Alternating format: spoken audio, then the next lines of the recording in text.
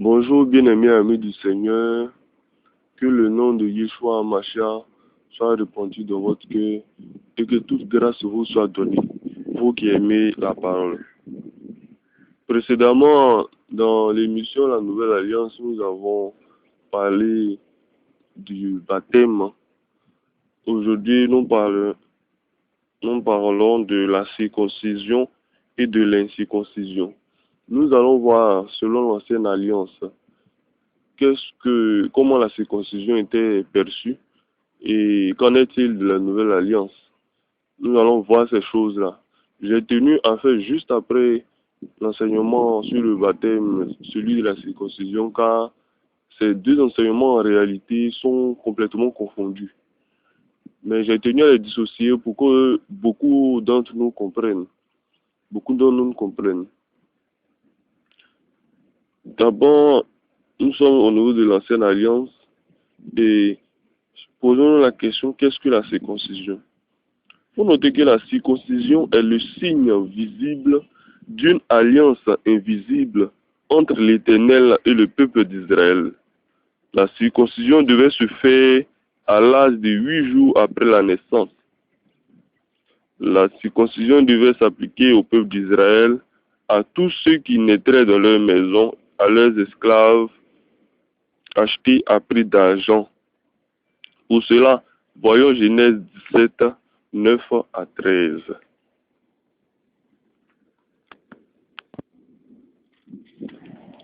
Dieu dit à Abraham, toi, tu garderas mon alliance, toi et tes descendants après toi, selon leur génération. C'est ici mon alliance, que vous garderez entre moi et vous, et ta postérité après toi. Tout mâle parmi vous sera circoncis.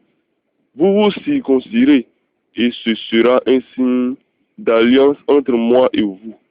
À l'âge de 8 jours, tout mâle parmi vous sera circoncis selon vos générations, qu'il soit né dans la maison ou qu'il soit acquis à prix d'argent de tout fils d'étranger sans appartenir à ta race. On devra circoncire celui qui est né dans la maison et celui qui est acquis à prix d'argent. Et mon alliance sera dans votre chair une alliance perpétuelle. Un mâle incirconcis qui n'aura pas été circoncis dans sa chair sera exterminé du milieu de son peuple. Il aura violé mon alliance. Dieu dit à Abraham, tu ne donneras plus à Sarai, ta femme, le nom de Sarai, mais son nom sera Sarah.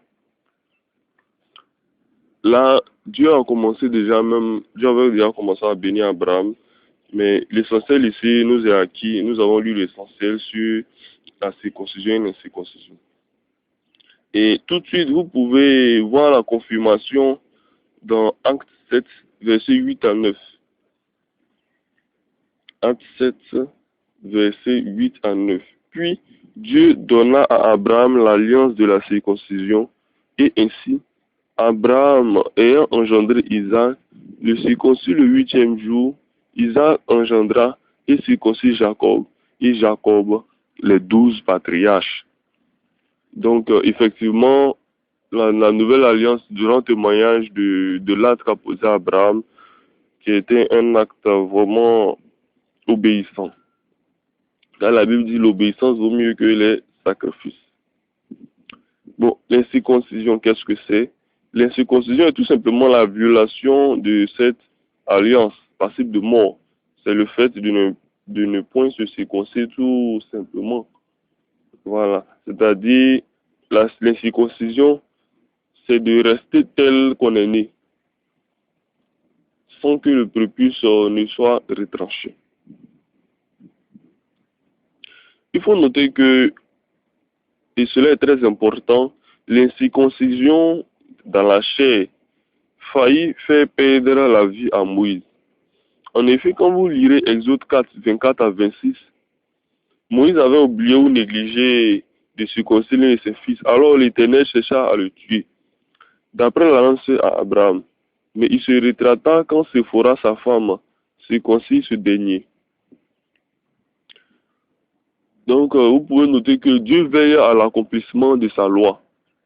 Et même étant grand prophète, parlant de Moïse, l'Éternel même allait chercher à se charger de son cas en l'exterminant.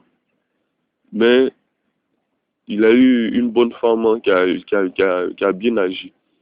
Donc, combien il est heureux d'avoir une bonne épouse. Mais on en reparlera sur l'acquisition d'une bonne épouse dans un autre enseignement. Donc, notons que Moïse était inexcusable dans la mesure où Moïse, c'est ce prophète-là à qui Dieu, c'est ce prophète-là à qui Elohim a donné la connaissance de la Torah, Genèse, Nombre, Deutéronome, Lévitique, Exode.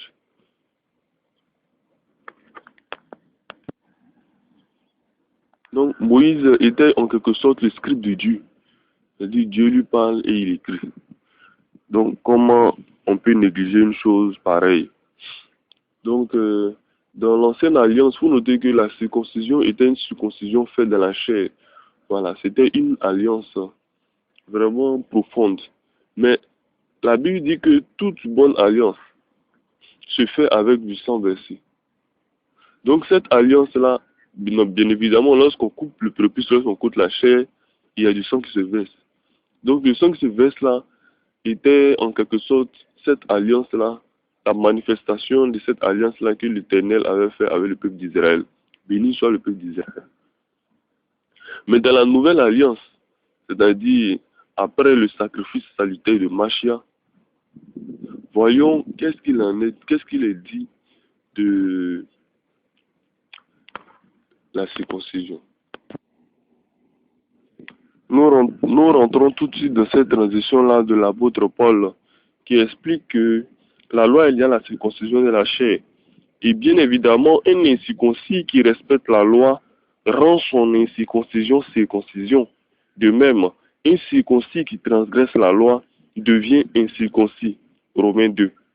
Donc nous comprenons pourquoi l'Éternel a cherché à faire mourir Moïse, car dans sa période de violation de la loi, il devenait ainsi incirconcis.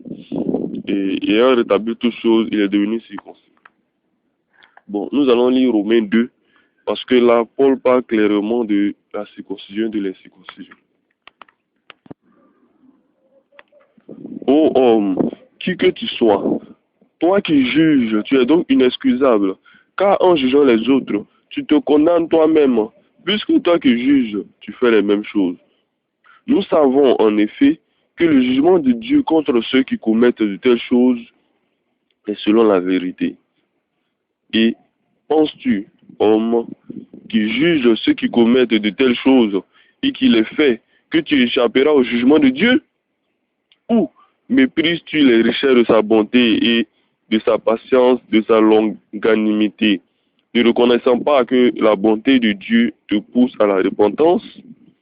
Mais par ton endurcissement et par ton cœur impénitent, tu t'amasses un trésor de colère pour le jour de la colère et de la manifestation du juste jugement de Dieu, qui rendra à chacun selon ses œuvres, réservant la vie éternelle à ceux qui par la persévérance à bien faire cherchent l'honneur, la gloire et l'immortalité, mais l'irritation et la colère à ceux qui par l'esprit de dispute sont rebelles à la vérité et obéissent à l'injustice. Tribulation et angoisse sur toute âme d'homme qui fait le mal, sur le juif premièrement, puis sur le grec. Gloire, honneur et paix pour quiconque fait le bien, pour le juif premièrement, puis pour le grec. Car devant Dieu, il n'y a point d'acception de personne. Tous ceux qui ont péché sans la loi paieront aussi sans la loi. Et tous ceux qui ont péché avec la loi seront jugés par la loi. Ce ne sont pas en effet ceux qui écoutent la loi qui sont justes devant Dieu, mais ce sont ceux qui la mettent en pratique qui seront justifiés. Quand les païens qui n'ont point la loi font naturellement ce que prescrit la loi, ils sont eux qui n'ont point la loi, une loi pour eux-mêmes. Ils montrent que l'œuvre de la loi est écrite dans leur cœur, leur conscience, en rendant témoignage et leurs pensées s'accusant ou se défendant tour à tour. C'est ce qui paraîtra au jour où, selon mon évangile, Elohim jugera par Yeshua Mashiach les actions secrètes des hommes. Toi qui te donnes le nom de juif, qui te repose sur la loi, qui te glorifie de Dieu, qui connaît sa volonté, qui méprise la différence des choses, étant instruit par la loi, toi qui te fais d'être le consolateur des aveugles, la lumière de ceux qui sont dans les ténèbres, le docteur des insensés, le maître des ignorants, parce que tu as dans la loi la règle de la science et de la vérité, toi donc qui enseignes les autres, tu ne t'enseignes pas toi-même. Toi qui prêches de ne pas dérober, tu dérobes. Toi qui dis de ne pas commettre l'adultère, tu commets l'adultère. Toi qui en abomination les idoles, tu commets les sacrilèges. Toi qui te fais une gloire de la loi, tu déshonores Dieu par la transgression de la loi. Car le nom de Dieu est à cause de vous blasphémer parmi les païens, comme cela est écrit. La circoncision est utile si tu mets en pratique la loi. Mais si tu transgresses la loi, ta circoncision devient incirconcision. Si donc l'incirconcis observe les ordonnances de la loi, son incirconcision ne serait pas tenue pour circoncision. L'incirconcision de L'incirconcis de nature qui accomplit la loi ne te condamne-t-il pas, toi qui la transgresses, toi, en ayant la lettre de la loi et la circoncision? Le juif, ce n'est pas celui qui a en dehors, a, le juif, ce n'est pas celui qui en a les dehors, et la circoncision, ce n'est pas celle qui est visible dans la chair, mais le juif, c'est celui qui l'est intérieurement, et la circoncision, c'est celle du cœur, selon l'esprit et non selon la lettre. La louange de ce juif ne vient pas des hommes, mais de Dieu. C'est une très bonne transition pour entrer dans notre enseignement entre la circoncision et l'incirconcision de l'ancienne alliance à la nouvelle alliance. Paul a très bien expliqué ici qu'en est-il de la circoncision de la loi et de l'incirconcision. Donc, il n'y a rien à redire sur ce que l'apôtre a déjà dit. En deuxième point, nous pouvons voir que la loi est liée à la condamnation et la foi est liée au salut. Ce que nous allons voir maintenant est très important parce que c'est le sens même de tout ce qu'on est en train de faire aujourd'hui. La loi est liée à la condamnation. C'est la loi qui révèle le péché, tout simplement. Personne ne peut donc se glorifier par ses œuvres. Donc en Romains 3, versets 19 à 22, or, nous savons que tout ce que dit la loi, elle le dit à ceux qui sont sous la loi, afin que toute bouche soit fermée et que tout le monde soit reconnu coupable devant Dieu. Car nul ne sera justifié devant lui par les œuvres de la loi, puisque c'est par la loi que vient la connaissance du péché. Bien-aimés amis du Seigneur, voyez donc comment l'importance de la loi.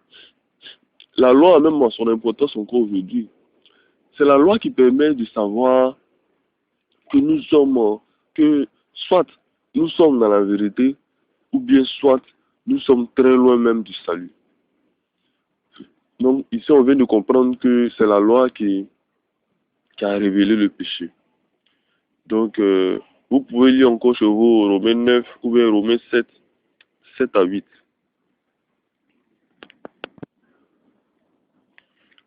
Mais lisons Romains 7, 7 à 8 pour confirmer ce que nous étions en train de dire. Que dirons-nous donc? La loi est-elle péché? Loin de là. Mais je n'ai connu le péché que par la loi, car je n'aurais pas connu la convoitise si la loi n'avait dit tu ne convoiteras point. Et le péché, saisissant l'occasion, produit en moi par le commandement toutes sortes de convoitises, car sans la loi, le péché est mort. Donc on comprend donc le sacrifice du Macha. Faut noter aussi que la loi est la cause d'agitation du péché dans l'homme.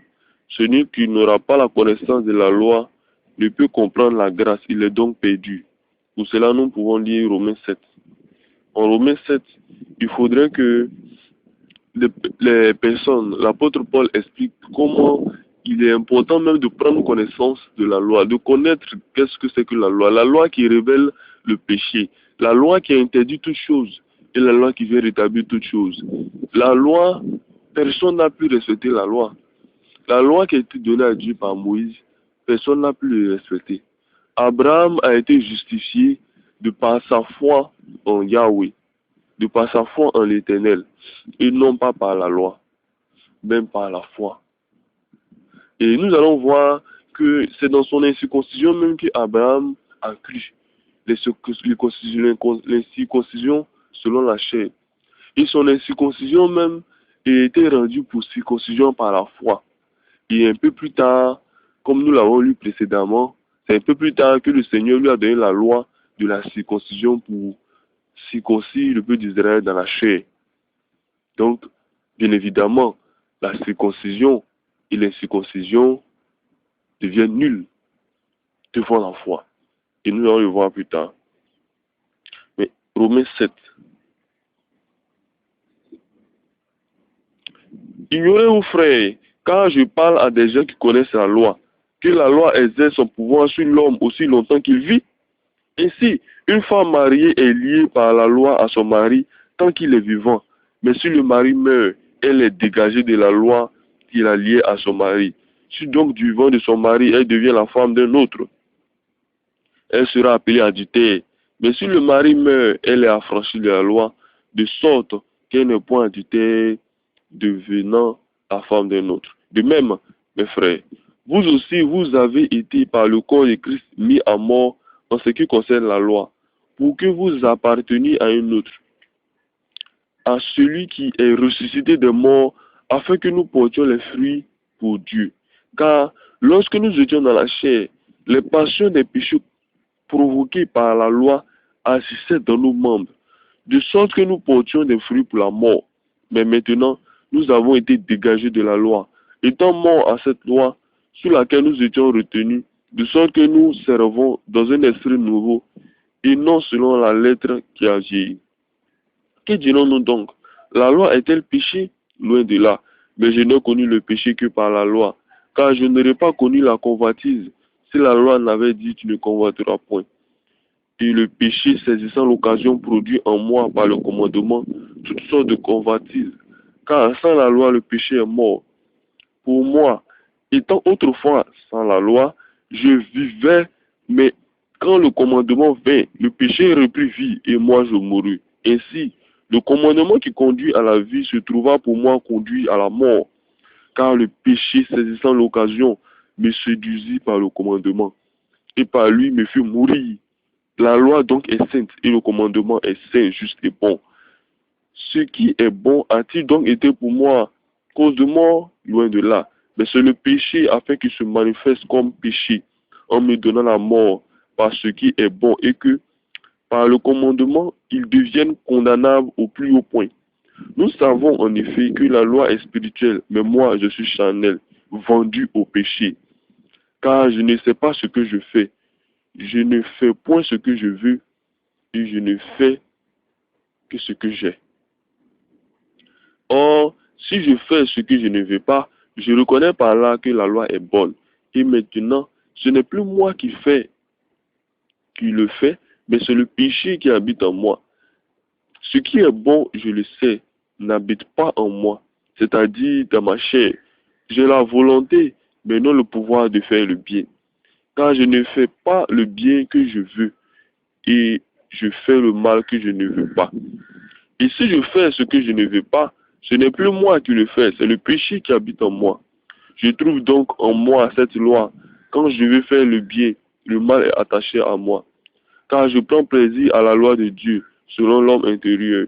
Mais je vois dans mes membres une autre loi qui lutte contre la loi de mon entendement et qui rend captif de la loi du péché qui est dans mes membres.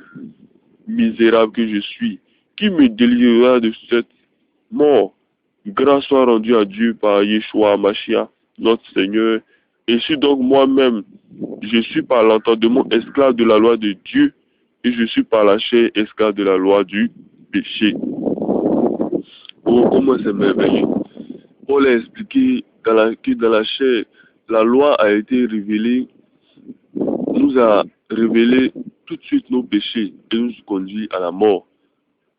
Mais par le sacrifice de Yeshua, par la foi, nous sommes ressuscités, nous sommes sauvés et nous sommes justifiés. Voyons que la foi conduit au salut. Nous avons vu que la loi conduit à la condamnation. Maintenant, voyons que la foi conduit au salut.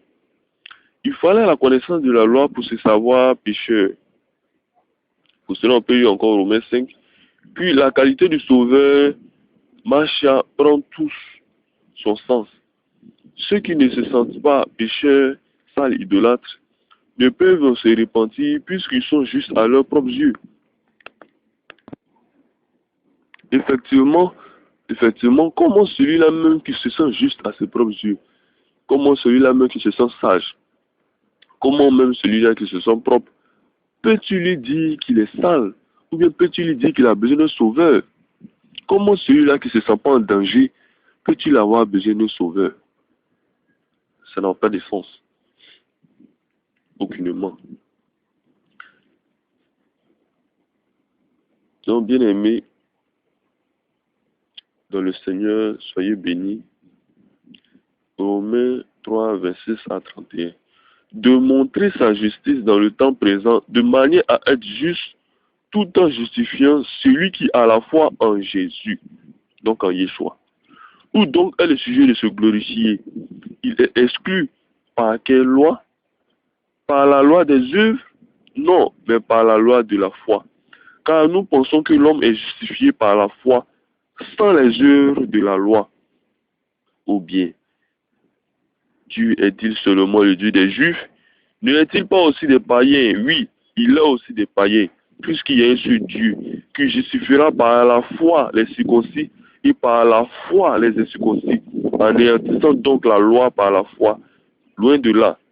Au contraire, nous confirmons la loi. Vous voyez, Yeshua l'a dit, je ne suis point venu pour abolir la loi, mais pour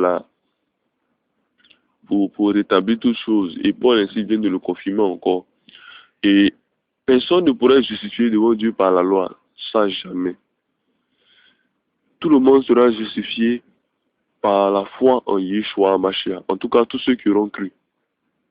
Vous voyez, dans nos traditions africaines ici, il y a la sagesse même de la loi. Ne tue point, ne drogue point, respecte ton père et ta mère, etc. Toutes ces choses-là, les vieux l'enseignent au village ici. Hein. Mais tout simplement, ils ne croient pas en Mashiach. Et leur sagesse-là est tenue pour vanité. Car ils se trouveront condamnés parce que n'ayant pas cru au Fils de Dieu. Donc leur loi devient comme une circoncision pour eux et ils sont tout de suite perdus malgré leur sagesse animale. Et ne soyez pas choqués lorsque je dis sagesse animale, car la Bible parle de deux différents types d'hommes, de l'homme spirituel et de l'homme animal. Nous allons le voir prochainement. Donc nous allons voir en troisième point que la loi et la foi même se rejoignent.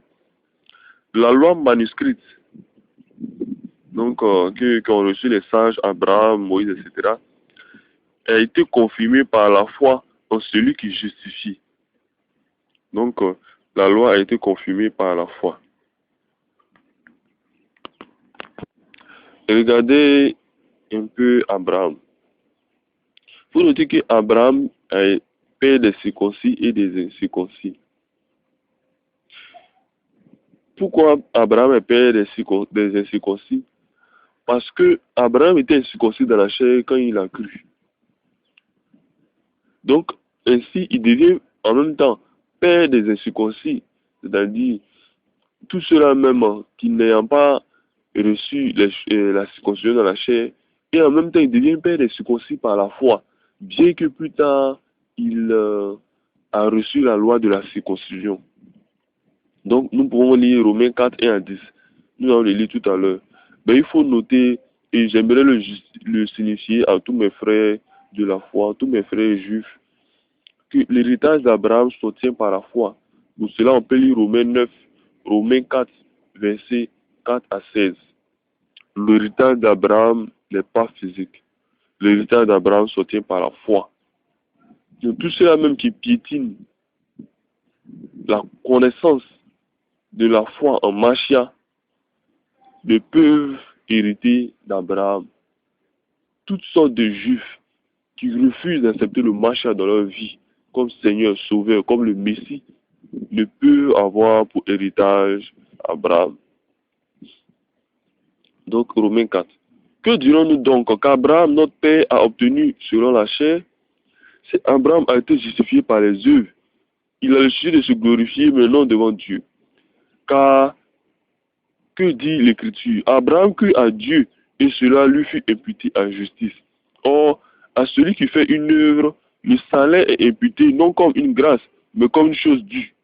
Et à celui qui ne fait point d'œuvre, mais qui croit en celui qui justifie l'impie, sa foi lui est imputée à justice.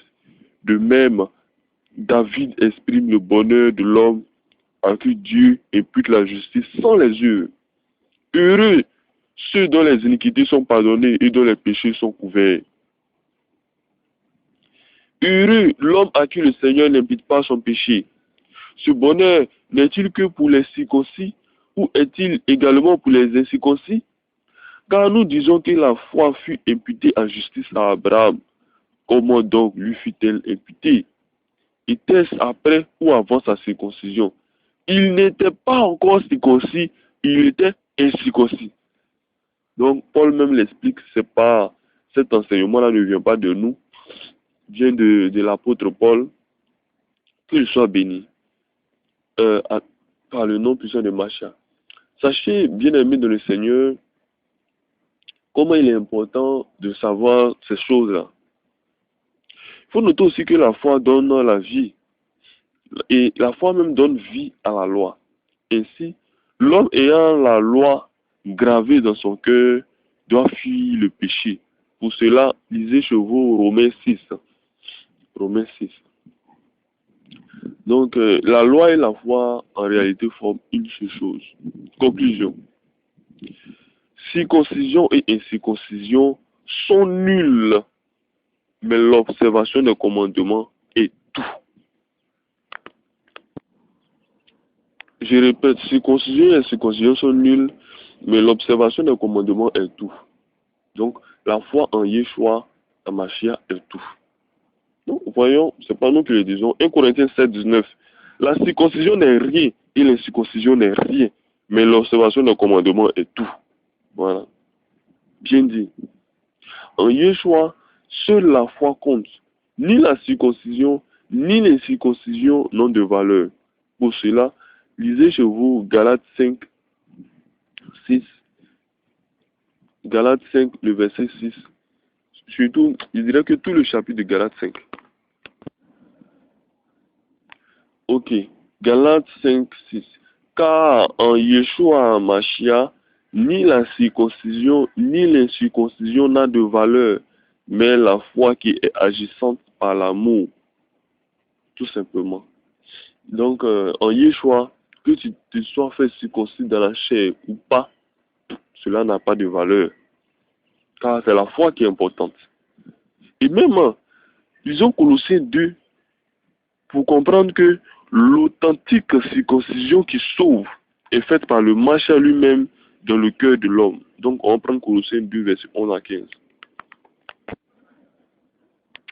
Et c'est en lui que vous avez été circoncis d'une circoncision que la moine n'a pas faite, mais de la circoncision de Mashiach, qui consiste dans le dépouillement du corps de la chair.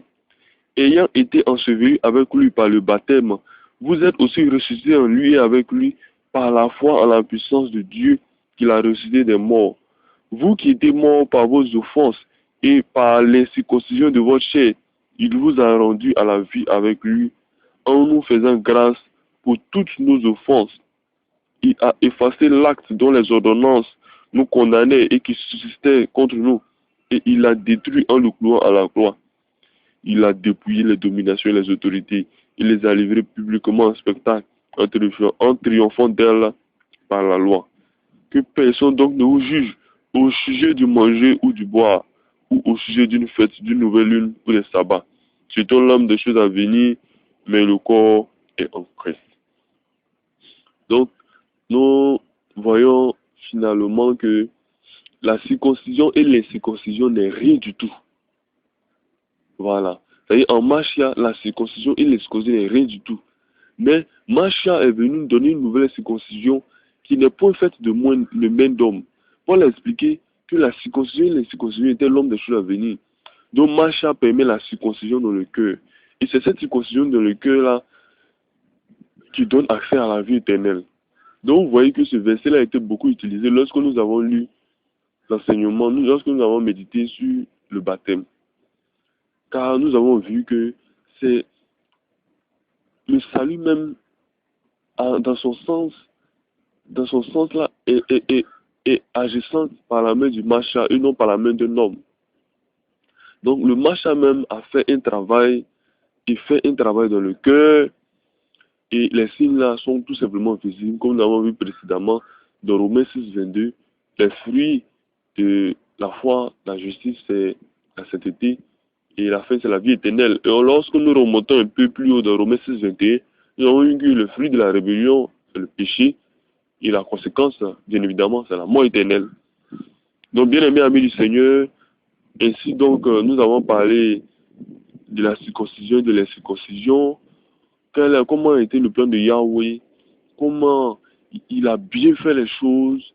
Il a bien fait de choisir Israël, de bénir ce peuple-là. Il a bien fait de leur donner cette loi-là, afin que par la venue du Machia, nous prenions connaissance de ces choses et nous-mêmes nous soyons sauvés. Donc, que le peuple d'Israël soit béni. Que le nom du Seigneur, le Dieu d'Israël, soit béni. Que l'Éternel soit béni. Que tous ceux-là même qui ont cru au Machia soient bénis. Que tous ceux-là même qui ont reçu la circoncision dans le cœur soient bénis. Et que Yeshua Mashiach revienne. Maranatha. Amen.